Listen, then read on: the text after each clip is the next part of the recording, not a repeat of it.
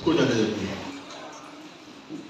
कि जो व्यक्ति खुद को जानता है, अपने आप को पहचानने का प्रयास करता है, अपनी कमियां भी जानता है और उनको सुधारने का प्रयास करता है, वही गांधी को जान सकता है। गांधी एकमात्र ऐसे दुनिया के महान व्यक्ति हैं जिन्होंने कोई सैद्धांतिक गणना नहीं की, कोई सिद्धांत की नहीं रखी। मार्क्सवादी लोग कहें मार्क्स की रचना थी, कोई और कहेगा, पर गांधी ने तो कहा कि मेरा जीवन ही मेरा संदेश है। तो गांधी को जानना हो तो गांधी के जीवन को जानना होगा, गांधी का जीवन क्या है और गांधी किस प्रकार का जीवन जीते थे। गांधी का जो जीवन है उसको अगर जानना हो तो गांधी का सबसे जो पहला प्रयोग है वो सत्य के साथ। गांधी सत्य का प्रयोग करते हैं और सत्य का प्रयोग इतने कठोरता से और निर्ममता से करते हैं कि अपनी भी वैसी आलोचना करते हैं जैसी अपनी गलतियों को भी उसी प्रकार से स्वीकार करके बताते हैं जिन्हें दुनिया छिपाती है।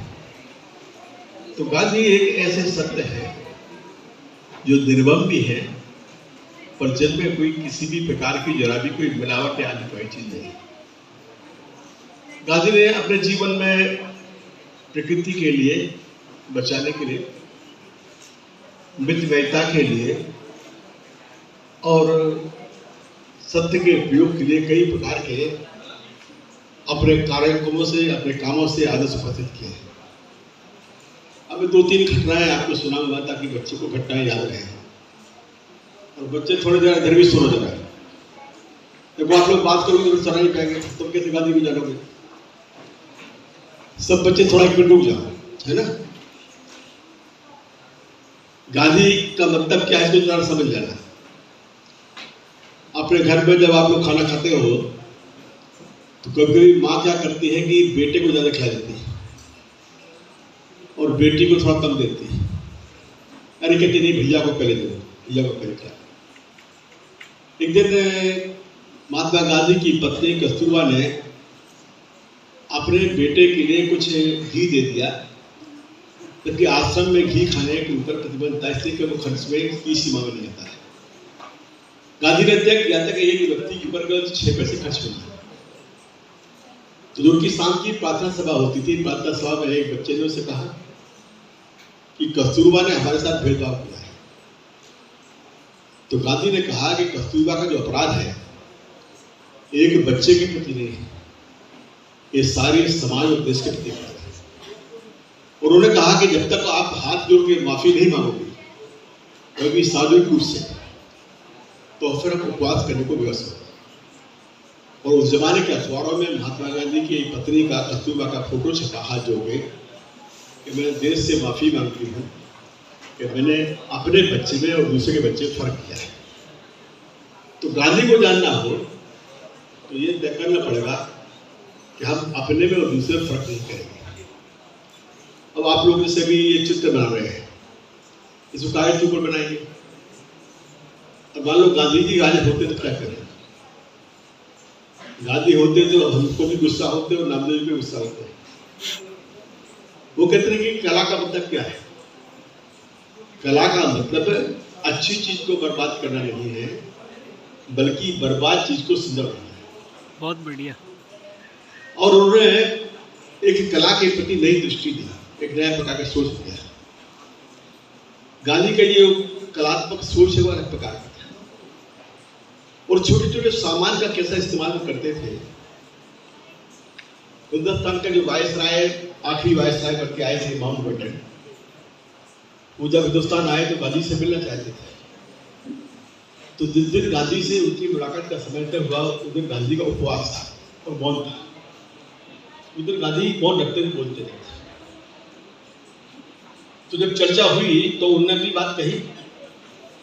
तो गांधी ने अपना उत्तर एक कागज के ऊपर लिख करके दिया, पर्ची पर।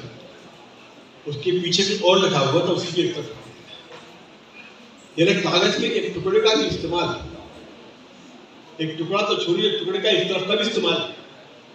उसको बर्बाद नहीं करना है। उसको भी बर्बाद करना प्रकृति के ऊपर हमला है, प्रकृति को नष्ट करना है। और उन्होंने प्रकृति को बचाने के लिए, प्रकृति के संरक्षण के लिए कोई किताबें नहीं लिखी, बल्कि अपने जीवन से संदेश दिया, अपने जीवन से सिखाने का प्रयास किया। तो आप लोगों में से भी जो लोग आगे कला में जाओगे, कलाकार बनोगे, चित्रकार बनोगे, तो ये देखना कि हम बगैर किसी अपव्यय के, क्योंकि इस प्रकृति का मतलब है, कागज का मतलब है, ये कागज केवल एक कागज नहीं, ये कागज जो बनता है, कागज उस पल्प से बनता है जो किसी न किसी पेड़ से निकाला जाता है, कहीं बांस से निकाला जाता है, कहीं पेड़ से निकाला जाता है। तो इसके लिए पेड़ काटना पड़ता है, और जब पेड़ हम काटते हैं तो हम प्रकृति को नष्ट करते हैं, प्रकृति को बिगाड़ते हैं, संतुलन को बिगाड़ते हैं। तो गांधी जी ने हर क्षण अपने जीवन में कोई कोई संदेश दिया है। एक व्यक्ति जो सोते भी संदेश देता था और जागते भी संदेश देता था।